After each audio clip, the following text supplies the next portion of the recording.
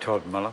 Thank you, Mr. Speaker. I rise for a short call in support of the Children and Hardship Bill second reading. We had 31 submissions, Mr. Speaker, and 16 then submitted in person, and every single one of them, that may well have been lost in the narrative to date, but every single one of them were generally supportive of the intent of this bill to improve the lives of New Zealand children living in material hardship. And if I can quote just one, sir, from the Child Poverty Action Group, not known for their echoing of the National Government's direction, the CPAG is pleased that the Government has acknowledged the role adequate income plays in child outcomes and is pleased there is no attempt in this bill to confine the increased income to only those children exhibiting hardship.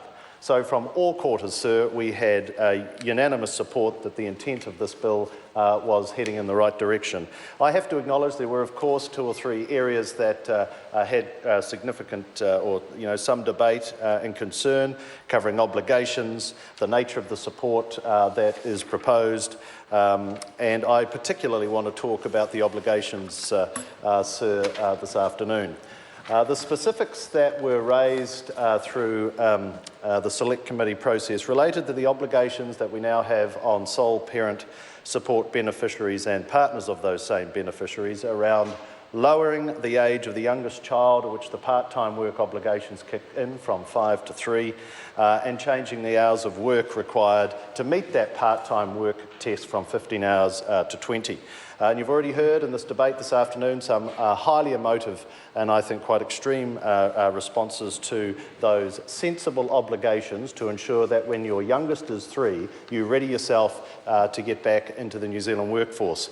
And Mr. Speaker, through the debate I was significantly convinced by the advocacy of Dr. Russell Wills, the Children's Commissioner, who, when talking to this point specifically, says the research indicates that a parent obtaining full-time paid employment with sufficient earnings is the most important event to lift children out of poverty.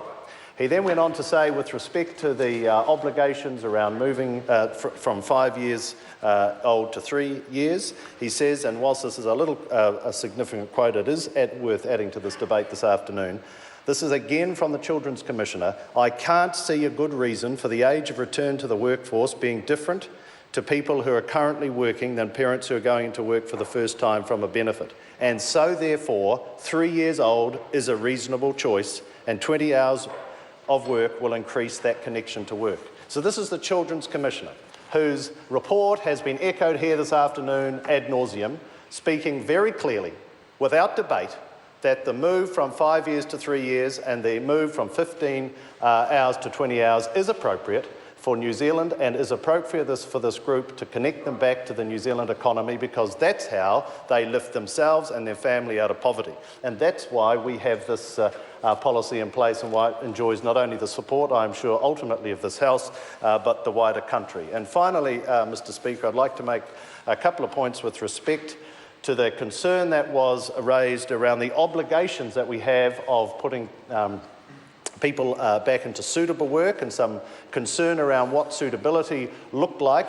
In my view, there was far too much paternalistic view from the other side that jobs needed to look in a particular way, or otherwise it simply wasn't appropriate for people to put themselves forward for such part-time work, as if somehow the Labour opposition knows a view of what works best for people out there. Paternalism at its highest order, Mr. Speaker. But I do want to make a final point around the flexibility, and it's absolutely clear that there already exists a highly flexible approach from work and income that looks at the individual, looks at the family situation, looks at the part-time work that's on the table, and puts a sensible solution together that works for them, works for their family, and works for the country. Mr. Speaker, I strongly support this bill. David Clendon. Thank you, Mr.